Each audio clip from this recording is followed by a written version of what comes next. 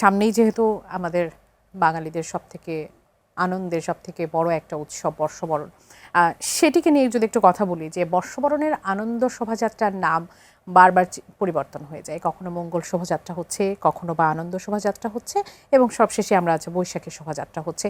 এই যে নামের যে পরিবর্তন, নামগুলো আসলে কোথায় গিয়ে আসলে আটকে যায়, নামগুলো আসলে কোথায় পরিবর্তন হলে কি লাভ হয়, আপনি পুরো পরিবর্তন বিষয়টাকে আসলে কিভাবে দেখেন? আচ্ছা, তার আগে একটু বলি, পয়লা বৈশাখ আসলে ঠিক বাঙালিরও না। আমাদের পাহাড়ে দেখবেন বৈশাখী উৎসব হয়, তিনটা জাতিগোষ্ঠীকে একসাথে মিলে, বিজু সাংরাই এগুলো সবগুলো মিলিয়ে। তো তারাও টু সাম এক্সটেন্ট আমার মনে হয় যে আমাদের চাইতে অনেক বেশি। আমি জন্মেছি বড় হয়েছি রাঙ্গামাটি জেলায়। আচ্ছা, তাহলে তো আপনি ভালো সুতরাং আমি দেখেছি অনেক, তাদের উৎসব আরো বর্ণিল, আরো সুন্দর আমার কাছে মনে হয় আর কি। তো এটা সবার উৎসব, আর আস্তে আস্তে যেটা হয়, এটা একটা রাষ্ট্রীয় চরিত্র। এটা ঠিক এখন আর কি হয়, উৎসবগুলো বিশেষ করে যেগুলো ধর্মীয় উৎসব না, এর বাইরের উৎসবগুলোতে মানুষ সবাই কানেক্টেড হয়ে যাওয়ার প্রবণতা তৈরি হয়। সো সেটা হয়েছে, এটা এখন সবার উৎসবে পরিণত হয়েছে। এটা হলো এক। শোভাযাত্রার নাম নিয়ে তো আসলে নানান রকম আলোচনা বা কথাবার্তা চলেছে। আমাদের কাছে যেটা মনে হলো, ইনফ্যাক্ট সেটা হলো, আমরা সব কিছু ধরুন বৈশাখী মেলা হয়, যেহেতু বৈশাখী মেলা হয়, এই শোভাযাত্রাটা প্রথম আনন্দ শোভাযাত্রা ছিল, তারপর এটা মঙ্গল শোভাযাত্রা হয়েছে, এটা আবার আনন্দ শোভাযাত্রা হয়েছে।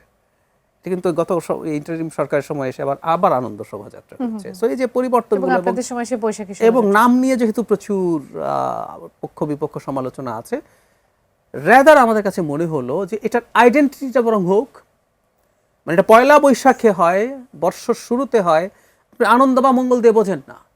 কিন্তু এই পরিবর্তনটা এত ফ্রিকোয়েন্টলি আসলে কেন হচ্ছে? এটা যারা করছে জানি, কিন্তু আমাদের কাছে লজিকটা হচ্ছে এরকম। আমি যদি আপনাকে বলি বৈশাখী মেলা, আমরা নিশ্চিতভাবেই চিনে যাব, আপনি চিনে যাবেন যে এটা বৈশাখের প্রথম দিন মেলাটা হচ্ছে, এটা বৈশাখী মেলা।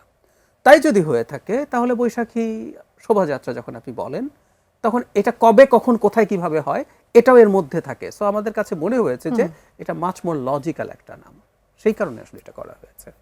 তো আমরা এখন সেটিকে আসলে বৈশাখী শোভাযাত্রা হিসেবে জানবো। একেবারে শেষ প্রশ্ন সেটি হচ্ছে যে আবারও পলিটিক্সের মধ্যে আসলে যুক্ত হচ্ছে যে গণভোটের আসলে কি হবে? গণভোটে যা যা হবার কথা, মানে গণভোটের 30টা বিষয়ে সবাই একমত হয়েছিল।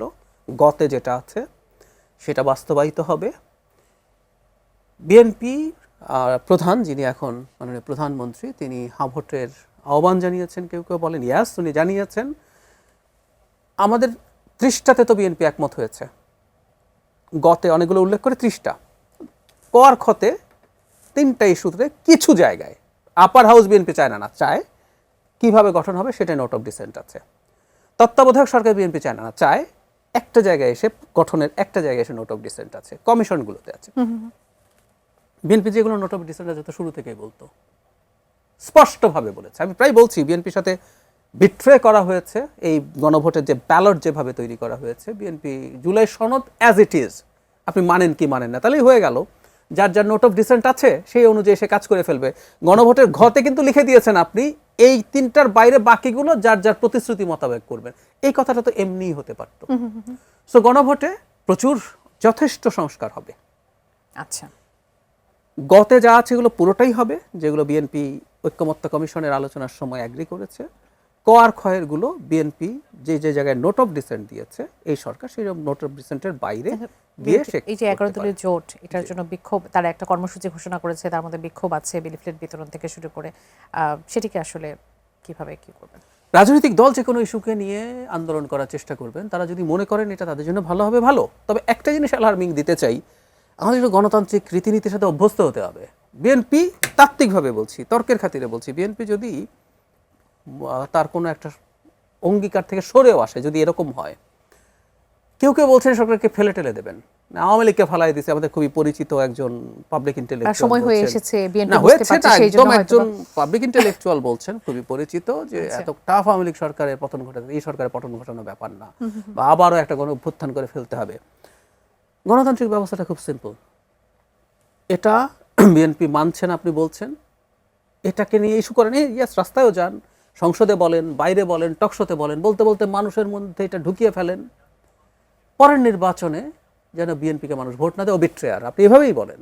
গণতান্ত্রিক ব্যবস্থা এভাবেই কাজ করে, কিছু হলেই সরকার পতন। হাসিনার সময় বলতাম, কেন জানেন, পেঁয়াজের দাম 300 টাকা হয়েছে, আমি বলতাম সরকারের পতন হোক। আমি বলতাম, আমাকে একদিন জিজ্ঞেস করছে যে পেঁয়াজের দামের জন্য, আমি বলবো একটা অবৈধ সরকার যখন ক্ষমতায় থাকে, জনগণের ম্যান্ডেটহীন সরকার যখন ক্ষমতায় থাকে, আমি প্রতিটা অজুহাতে তাকে চলে যেতে বলবো। কিন্তু এটা 2/3 মেজরিটি সিট, 51% পপুলার ভোট পাওয়া একটা সরকার, এইটুকু রেসপেক্ট এই সরকারকে করতে হবে এবং গণতন্ত্রের সাথে অভ্যস্ত হতে হবে। আপনি তর্ক করেন, বিতর্ক করেন, সমালোচনা করেন এবং এই ইস্যুটি নিয়ে পরের নির্বাচনে যান, এটাই হলো বেস্ট অপশন।